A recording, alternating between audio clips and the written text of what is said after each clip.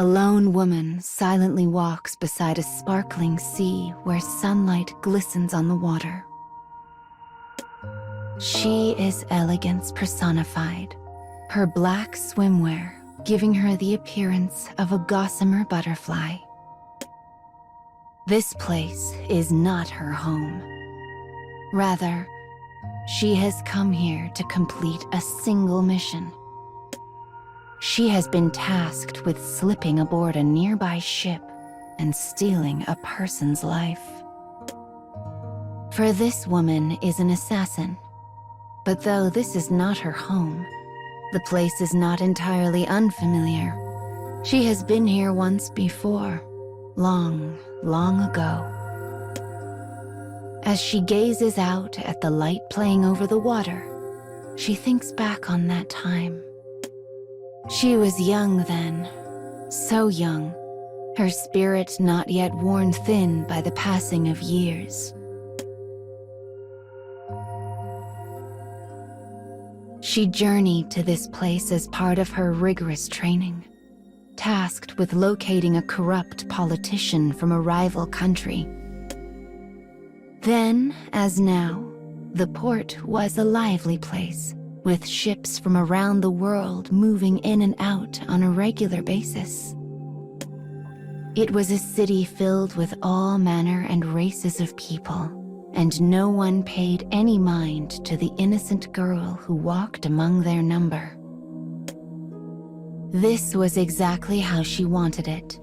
The more they overlooked her, the easier it would be to gain the information she sought. After a bit, she learned her target would soon be attending a political gathering aboard a ship. But she did not know the identity of the ship, and their number was legion. If she were to sneak aboard the wrong one, all of her careful planning would be for naught. But as the girl pondered this dilemma, a shock raced through her body. Focused as she had been on the ships, she did not notice the young boy running along the pier and had smashed straight into him.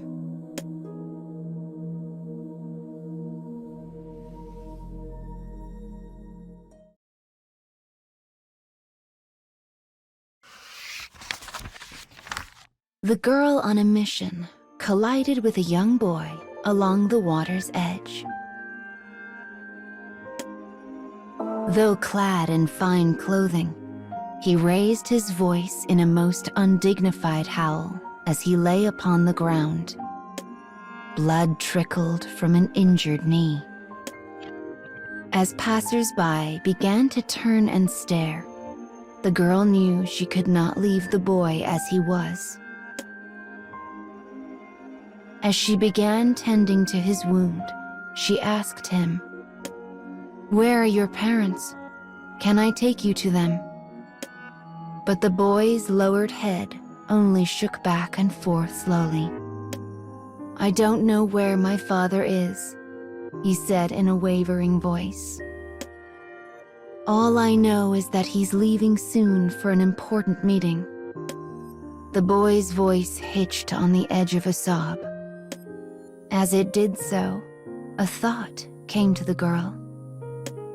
Perhaps his father is the one I seek. If the boy was the son of a politician, it would explain his fine dress. With this in mind, the girl cheerfully agreed to help him find his missing parent.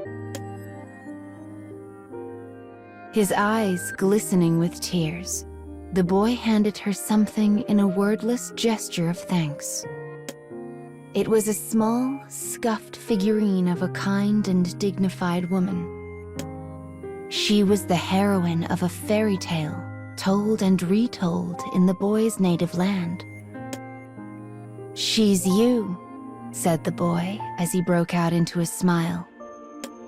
But the girl just looked away, because she knew she did not help the boy out of kindness.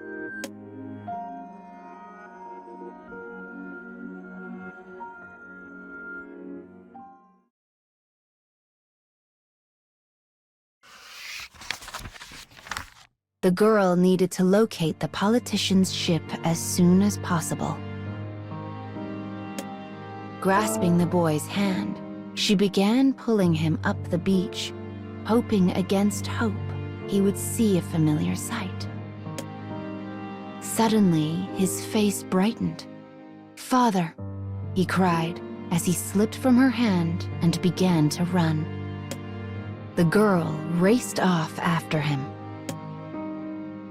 Turning around, the father smiled as his son leapt into his waiting arms. "There you are," he said.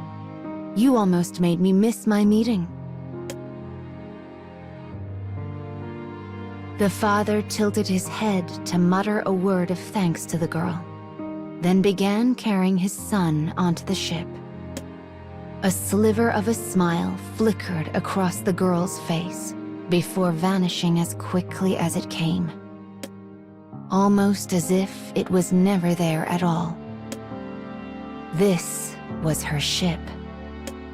All that remained was to make her way aboard and learn what she could. She immediately began formulating her plan. But as her mind whirled, she noticed a woman moving silently into place behind her. The woman was familiar, for she came from the girl's own house. She had been sent to the port to monitor the girl and ensure the mission was a success. But they were never supposed to interact. Her appearance could only mean one thing. The situation had changed. The woman leaned down and whispered fiercely in the girl's ear. "He means to declare war. We must act. Leave none alive."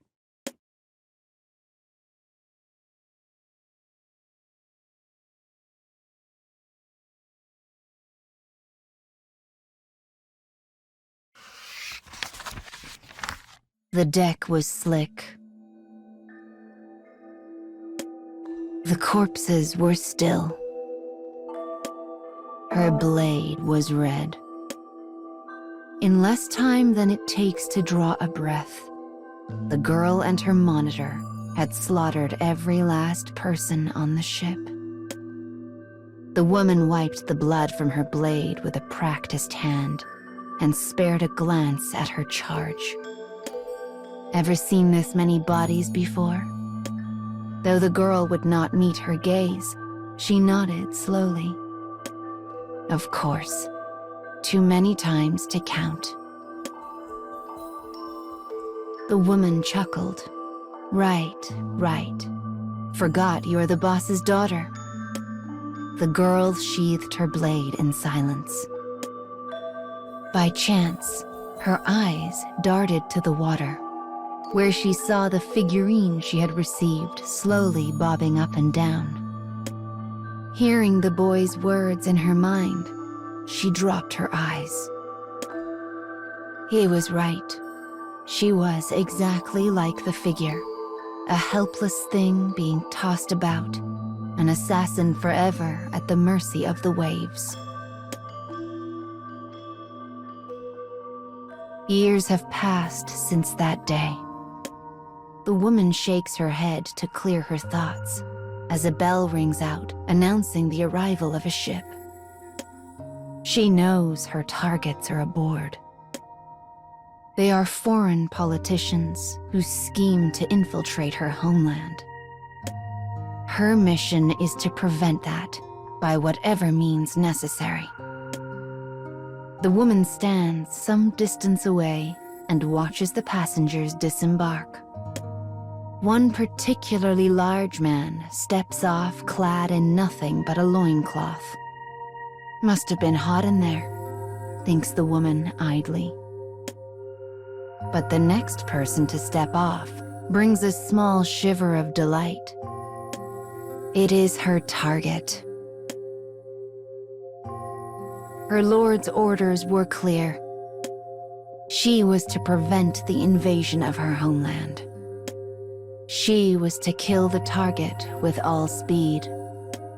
It was the same reason she had stained another ship in crimson all those long years ago.